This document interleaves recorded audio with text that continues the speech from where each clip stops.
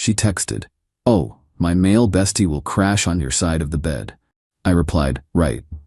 Then I purchased a studio across town month to month and sent her a sublease offer for the entire apartment. When she saw the market rent line, she suddenly remembered boundaries. I, 32 male, am a creature of habit and quiet. My life is an ordered system of spreadsheets at my data analytics job, carefully curated playlists for my commute, and a home environment that I've calibrated for maximum calm. My apartment isn't just a place I live. It's my sanctuary, the controlled environment where the variables of the outside world are silenced. I was here for 2 years before my girlfriend Corinne, 30, moved in a year and a half ago. And for a while, it worked. Her chaotic energy as a freelance event planner was a vibrant color splashed across my monochrome canvas. But slowly, imperceptibly at first, the splash became a spill. It started with small things.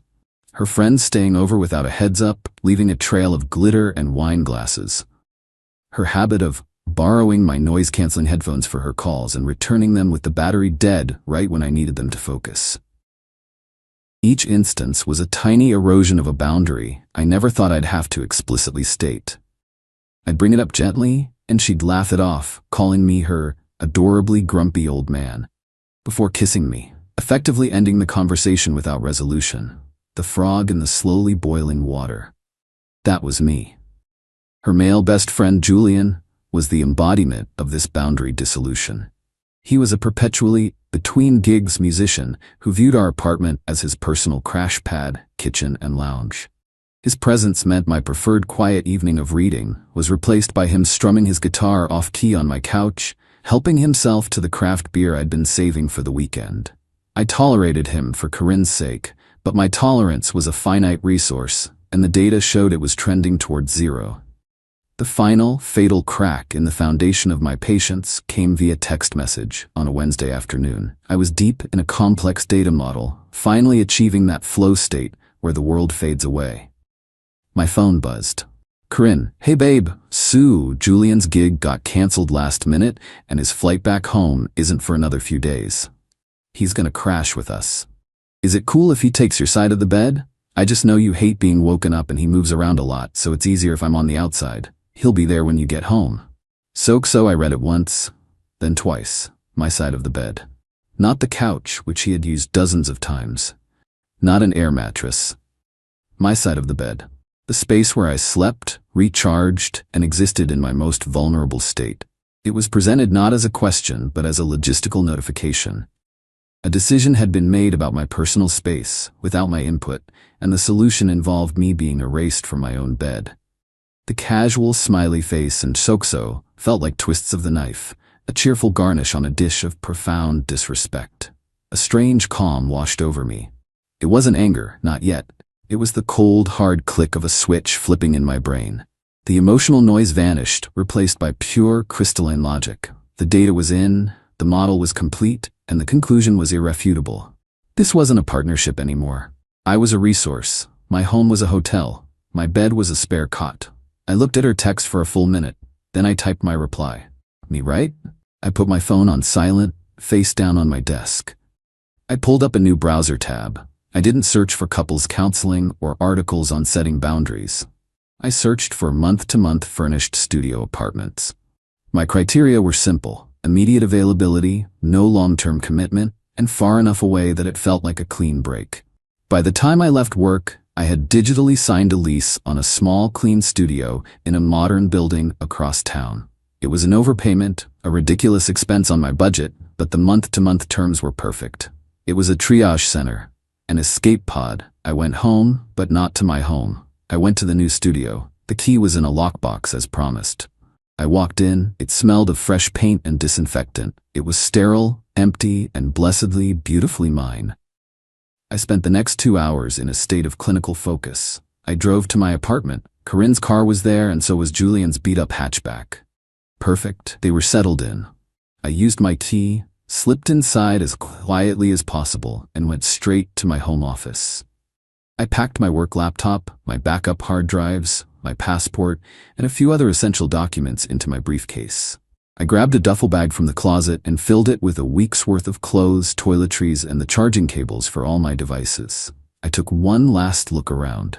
My custom-built oak bookshelf, a piece I'd spent months designing and constructing, stood against the wall. It was my proudest creation, a physical manifestation of my love for order and craft. I felt a pang of loss for it, for everything it represented. Then I walked out, locking the door behind me. Back at the studio, I sat on the unfamiliar mattress and began to type an email to Corinne. I was a data analyst. I dealt in facts and figures. The situation had become emotional and chaotic, so my response had to be the opposite. It had to be a clear, undeniable, and impersonal business proposition.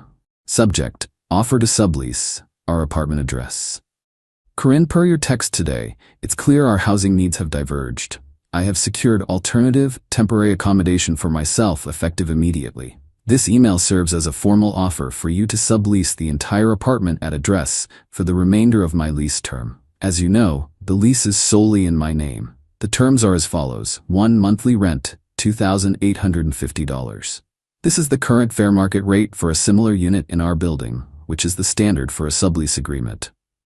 2. Security deposit, $2,850, required prior to the signing of the sublease agreement. 3. Utilities. You will be required to transfer all utilities, electricity, internet, gas, into your name within 5 business days of signing. 4. Leaseholder responsibility.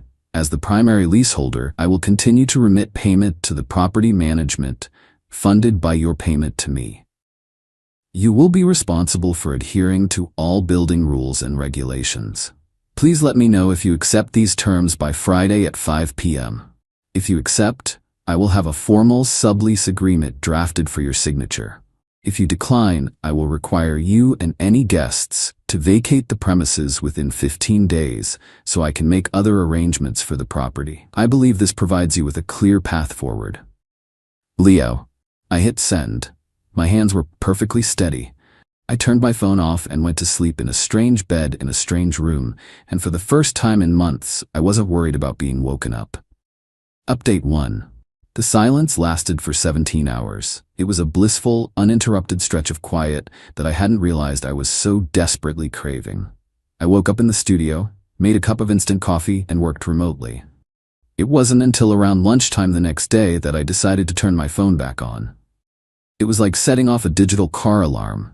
A cascade of notifications flooded the screen. 23 missed calls from Corinne, 8 from Julian, 4 from her mom, Marla. The text scrolled like a real-time feed of her dawning horror. Yesterday, 8 p.m.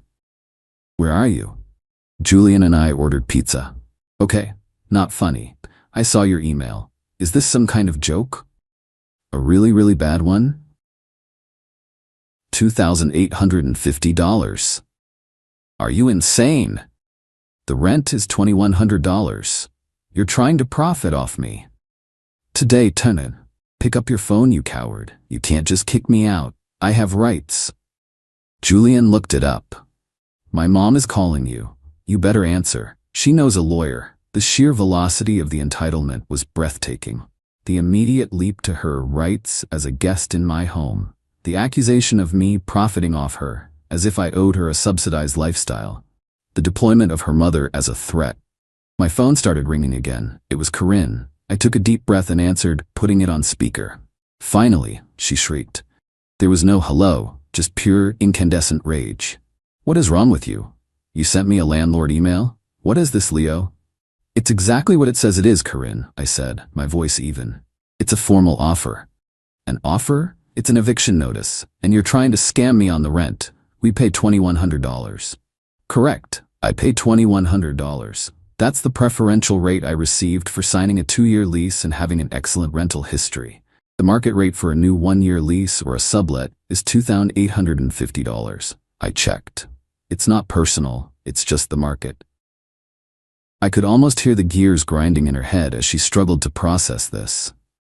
But I'm your girlfriend. You can't charge me market rate. The terms of our relationship appear to be under review, I said coolly. You made it clear my presence in my own bed was negotiable. So I've made our living arrangements negotiable. You have until Friday at 5. This is about Julian, isn't it? You're this insecure? He's my best friend. It was just for a few nights.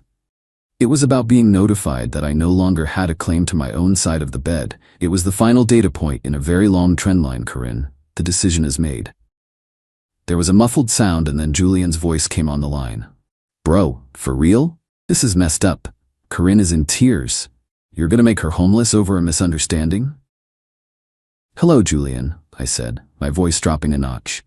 Does this mean you're offering to co-sign the sublease with her? With your stable income? Or are you just enjoying the free accommodation while it lasts? Silence. Then Corinne was back, sobbing now. Leo, please, just come home. We can talk about this. I'm sorry, okay? I'm sorry. Julian can sleep on the couch. Just come home. It was the apology of a child who got caught, not someone who understood the transgression. The offer stands, Corinne. I won't be coming home. Let me know your decision by the deadline. I hung up. My next call was to my building's property management office. I explained I was considering subletting and wanted to understand the process. They confirmed everything. My right as sole leaseholder, the required credit and background check for any subletter, and the current market rate. The dirty tricks started that evening. A text from a mutual friend, Anya. Anya, hey Leo, just talked to Corinne. She's a mess, said you two had a fight and you just disappeared. Is everything okay? She's really worried you're having some kind of mental health crisis. The narrative was being spun. I wasn't a man enforcing a boundary. I was the unstable boyfriend. Me, hey Anya, appreciate you checking in, I'm fine. Corinne and I are having a significant disagreement about our living situation. I'm not having a crisis, I'm just handling it privately. The next day, Thursday, an email from Marla landed in my inbox, a masterclass in passive aggression. My heart is breaking for you both. To treat Corinne, who adores you, with such cold corporate language is deeply concerning. Don't let a moment of anger destroy something so beautiful. They were a united front of emotional manipulators. They thought this was a negotiation. It wasn't. Friday came. At 4:58 p.m., an email from Corinne arrived. Subject, offer to sublease fine. I'll stay. I can't believe you're doing this. This doesn't mean we're broken up. We are going to fix this. I'll get the money for the deposit from my mom. Send me the papers. I read the email. No apology, no accountability, and a chilling assertion that our relationship was still on the table. Phase 1 was complete. I forwarded her the building's official application forms. Now, the real battle would begin. Update 2. The first sign of trouble came 3 days after Corinne agreed to the sublease. The application form I sent her required proof of income, a credit check authorization, and references. Instead of the completed forms, I received a text. Corinne, this is ridiculous. You know my income. And a credit check? You're my boyfriend, not a stranger. Just tell the landlord I'm approved. You can vouch for me. The assumption that I would or even could circumvent the formal process was staggering. She saw rules as suggestions, things that applied to other people. Corinne, this is the building management's standard procedure for any subletter. It's not my rule. I can't vouch for you. They need the completed application to proceed. The deadline to submit it to them is this Friday. Her response was a string of angry emojis. Meanwhile, Julian was still there. I knew because a neighbor, an older gentleman named Mr. Henderson, who I occasionally chatted with, sent me a text about loud music coming from the apartment past 11 p.m. She was testing my resolve. Then came the attack on something deeply personal. I got another text from Corinne on Wednesday night. Corinne, OMG, I am so sorry. I was watering the new fiddle leaf fig Julian brought over as a housewarming gift and I tripped. Some water spilled on your big wooden bookshelf. I wiped it up right away. It should be fine. My blood ran cold. A housewarming gift? For a home she was being forced to pay market rate for? This wasn't an accident. It was a message. A petty, destructive little jab to let me know she could still hurt things I cared about. The last vestige of sentimentality I held for her evaporated. This was no longer just about enforcing a boundary. This was about protecting myself and my property from a hostile occupant. My response was immediate and methodical. First, I replied to Mr. Henderson, encouraging him to file formal complaints with management going forward, explaining it would be helpful. Next, I drafted a new email to Corinne, attaching the building's official rules with the sections on noise and property damage highlighted. Subject, urgent, lease compliance and property damage. Corinne, I have been notified of repeated noise complaints. Any fines will be your sole responsibility. Furthermore, regarding your text about the bookshelf, please send me detailed, high-resolution photos of the affected area immediately. The security deposit will be used to cover any and all repairs required due to negligence. If the cost of repair exceeds the deposit, I will pursue the remainder in small claims court. Finally, I am still awaiting your completed sublease application. Your continued occupancy is contingent on its approval. If management does not receive it by Friday at 5 p.m., I will be forced to rescind the offer and begin formal eviction proceedings. This is not a negotiation. The photos she sent back were blurry, but I could see it. A faint but definite cloudy ring on the second shelf. My stomach tightened with a cold fury. The predictable call from Marla came that evening. "Leo," she began, "I am shocked. You're threatening my daughter with eviction and accusing her of destroying your things over a tiny water spill. She is trying her best in a horrible situation you created." "Marla," I said, my patience gone.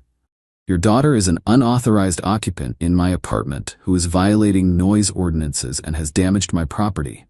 The horrible situation was created when she decided my bed was a suitable place for her friend. This is the last time I will discuss this with you."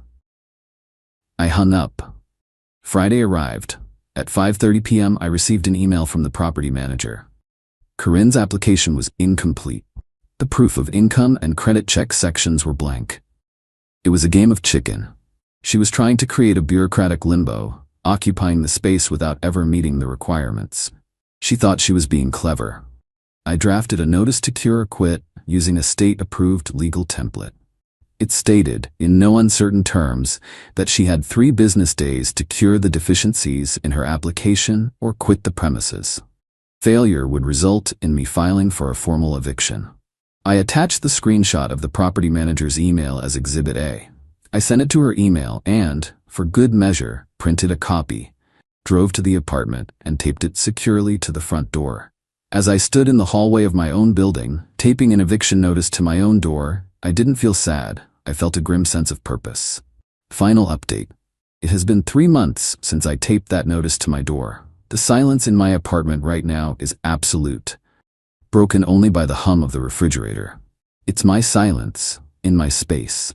The notice to cure or quit was the bombshell that finally made Corinne understand this wasn't a relationship spat, it was a legal proceeding. A predictable flurry of texts oscillating between tearful pleading and furious threats followed. I didn't reply to a single one.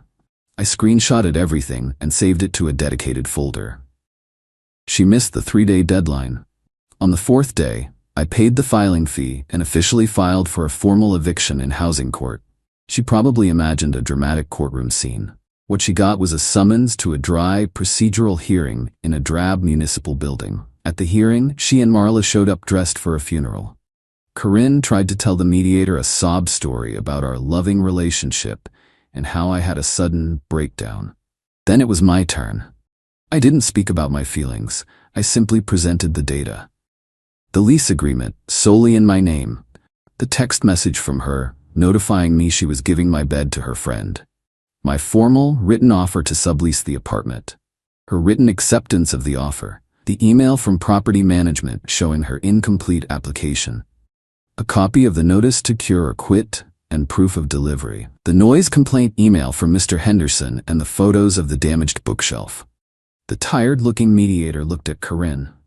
"Ma'am," she said, "he provided you with a perfectly legal and reasonable path to remain in the residence. You accepted the offer and then failed to meet its basic requirements. He is well within his rights." The case was decided in my favor. The court issued an order granting Corinne 14 days to vacate. Julian, unsurprisingly, had vanished the moment court papers were served. The move-out day was tense. I arranged with the landlord to be there, along with a building security guard, to supervise. I didn't want any false accusations of theft. As she carried out her last box, sobbing for show, she whispered, "I can't believe you've become this heartless monster." "I'm not a monster, Corinne," I replied, my voice devoid of emotion. "I'm just the landlord now, and you were a bad tenant." After they were gone, I walked back into my apartment. It was a disaster, but it was quiet. It was mine. I spent the next week methodically reclaiming the space. I hired professional cleaners, I spackled and repainted the scuffed walls, and then I turned my attention to the bookshelf. The water stain was as bad as I had feared. I spent an entire weekend carefully sanding down the entire shelf, starting with a coarse grit and working my way down to an ultra-fine one. I reapplied the tung oil layer by layer, rubbing it into the grain until the oak glowed with its original warmth. The stain was gone. The bookshelf looked better than new. It was a scar that had been healed. I deducted the cost of the cleaning and repair materials from her original security deposit. I sent her a check for the remaining balance of $87.50 along with an itemized list. I heard through the grapevine she had to move back in with her parents. Her grand city adventure, subsidized by me, was over. The revenge wasn't in the eviction notice. It was in the quiet, methodical restoration of my life. It was in sanding down the physical mark of her disrespect until it was gone. It was in the silence of my reclaimed sanctuary. She thought she could take over my space with a casual text. She learned that every action has a consequence, and that the person who controls the lease controls the home. She wanted a dramatic, emotional confrontation. Instead, I just changed the terms of service, and she couldn't afford the new price.